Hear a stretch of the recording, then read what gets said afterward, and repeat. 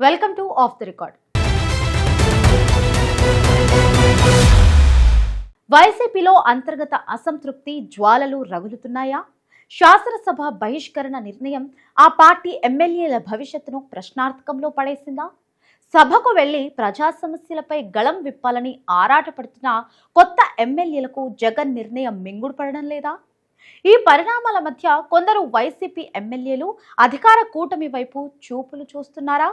ముఖ్యంగా ఆ ఇద్దరు ఎమ్మెల్యేలు నారా లోకేష్ తో టచ్ లోకి వెళ్లారు అంటూ జరుగుతున్న ప్రచారంలో అసలు నిజమెంత? 2014 నాటి పరిస్థితులకు ఇప్పటికీ టీడీపీ వ్యూహంలో వచ్చిన మార్పేంటి? Let's watch.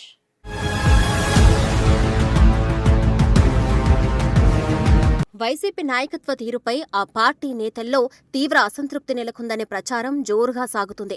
ఇటీవల జరిగిన ఎన్నికల్లో కూటమి గాలి వీచిన వైసీపీ నుంచి 11 మంది ఎమ్మెల్యేలు విజయం సాధించారు.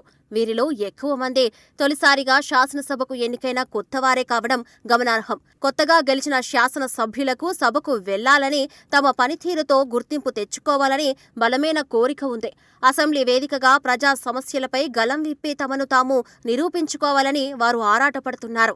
అయితే ప్రతిపక్ష హోదా లేదనే కారణంతో సభను బహిష్కరించాలనే నిర్ణయం వారికి మింగుడుపడటం లేదని తెలుస్తోంది. జగన్మోహన్ రెడ్డి నిర్ణయం వల్ల సభకు దూరంగా ఉండాల్సి రావడంపై కొంతమంది తీవ్ర ఆవేదన వ్యక్తం చేస్తున్నట్లు టాక్.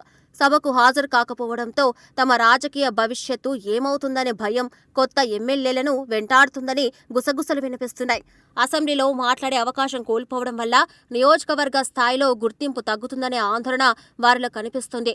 దీంతో పార్టీలో ఉన్నామంటే ఉన్నామన్నట్లు కొందరు ఎమ్మెల్యేలు అరకొరగా వ్యవహరిస్తున్నట్లు టాక్ వినిపిస్తుంది. అధికారంలోకి వచ్చినా కూటమి వైపు వెళ్దామన్నా అక్కడి నుంచి తగిన ప్రోత్సాహం లభించడం లేదు.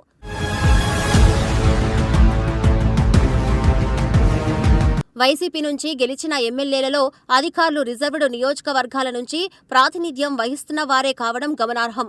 శాసనసభకు వెళ్లకపోవడం, నియోజకవర్గ అభివృద్ధిపై సరిగ్గా దృష్టి పెట్టకపోవడం వారిని కలవరపెడుతుంది. రాబోయే ఎన్నికల్లో మళ్లీ విజయం సాధించగలమా లేదా అనే తీవ్ర సందిగ్ధత వారిలో వ్యక్తమవుతుంది. నియోజకవర్గాల్లో పట్టు కోల్పోకుండా ఉండేందుకు కొందరు నేతలు ఇతర ప్రత్యామ్నాయ వైపు దృష్టి సారిస్తున్నట్లు తెలుస్తోంది. అధికార కూటమిలోని పార్టీలలోకి మారితేనే రాజకీయంగా మనుగడ సాధించవచ్చనే ఆలోచనలో కొందరు ఉన్నారు. అయితే కూటమి వైపు నుంచి ఎలాంటి సానుకూల సంకేతాలు రాకపోవడంతో వేచి చూసే ధోరణి అవలంబిస్తున్నారు. ఇలాంటి పరిస్థితుల్లో మధ్యవర్తుల ద్వారా ఇద్దరు వైసీపీ ఎమ్మెల్యేలు నారా లోకేష్తో టచ్లోకి వచ్చినట్లు ప్రచారం జరుగుతుంది.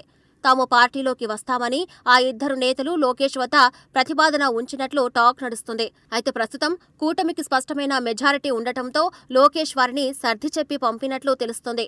ఇప్పుడే చేరికలు ప్రోత్సహించడం సరైన నిర్ణయం కాదని ఆయన స్పష్టం చేసినట్లు సమాచారం. దీంతో ఆ ఇద్దరు ఎమ్మెల్యేలు తదుపరి అడుగు ఎలా వేయాలో తెలియక తలలు పట్టుకుంటున్నారంట.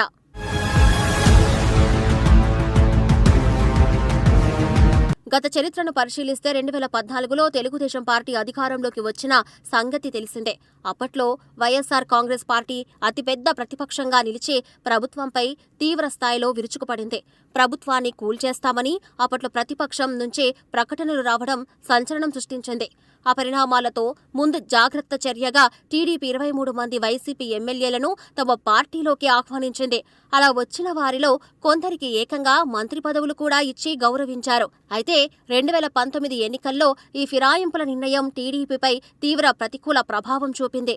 పార్టీ మారిన నేతలను ప్రజలు ఎన్నికల్లో దారుణంగా తిరస్కరించడం రాజకీయంగా చర్చనీయాంశమైంది. ఫిరాయింపుదారులను ఆదరించకూడదనే స్పష్టమైన తీర్పును ప్రజలు ఆ ఎన్నికల్లో అందించారు.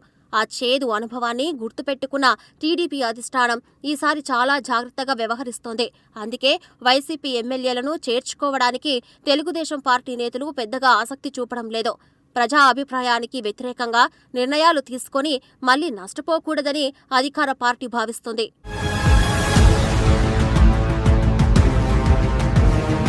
అధికారంలో ఉన్న కూటమికి అసెంబ్లీలో తిరుగులేని ఏకపక్ష బలం ఉండటం ప్రధాన అంశంగా మారింది. ప్రతిపక్ష ఎమ్మెల్యేలను చేర్చుకోవాల్సిన అవసరం కూటమి ప్రభుత్వానికి ప్రస్తుతం అస్సలు లేదు.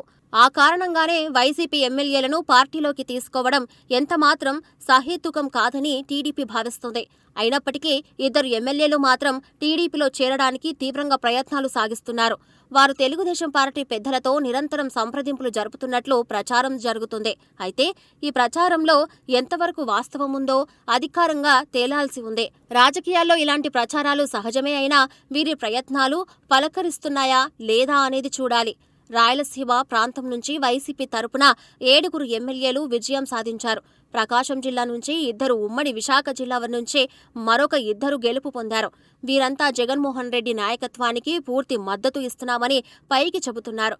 నాయకుడిపై నమ్మకంతోనే తాము పార్టీలో కొనసాగుతున్నామని బహిరంగంగా ప్రకటిస్తున్నారు.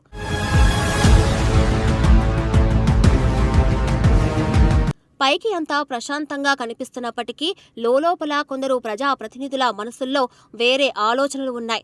పార్టీ మారుతారని ప్రచారం జరుగుతున్న ఆ 2 ఎమ్మెల్యేలు ఎవరనేది ఇప్పుడు ఆసక్తికరంగా మారింది. రాయలసీమ, కోస్తా, ఉత్తరాంధ్ర జిల్లాలకు చెందిన ఎమ్మెల్యేలలో ఆ 2 ఎవరైనా ఉంటారనే చర్చ సాగుతుంది. సభకు హాజరు కాకపోవడం వల్ల వస్తున్న అసంతృప్తిని తట్టుకోలేకే వారు ఈ దారి ఎంచుకున్నారా అనే అనుమానాలు ఉన్నాయి. నియోజకవర్గాల్లో పనులు కాకపోవడం, అభివృద్ధికి నిధులు రాకపోవడం వారిని మరింత ఇబ్బంది పెడుతుందనేది టాక్. ప్రజా సమస్యలు తీర్చలేకపోతే వచ్చే ఎన్నికల్లో ఓటర్లకు ఏం చెప్పాలో తెలియక వారు సతమతమవుతున్నారు. ఆ భయంతోనే అధికార పార్టీ రక్షణ పొందాలనే ఆలోచనకు వారు వచ్చినట్లు తెలుస్తుంది. పార్టీ వీడేందుకు సిద్ధపడుతున్న ఆ 2 నేతల పేర్లు త్వరలోనే బయటకు వస్తాయని రాజకీయ వర్గాలు భావిస్తున్నాయి. వైసీపీ అధిష్టానం కూడా ఈ పరిణామాలను నిశితంగా గమనిస్తున్నట్లు సమాచారం. తమ ఎమ్మెల్యేలు చేజారిపోకుండా చూసుకునేందుకు అంతర్గతంగా ప్రత్యామ్నాయాలు ప్రారంభమయ్యాయి. అసంతృప్త నేతలను సముదాయించి పార్టీని కాపాడుకోవడం వైసీపీకి ఇప్పుడు పెద్ద సవాల్గా మారింది.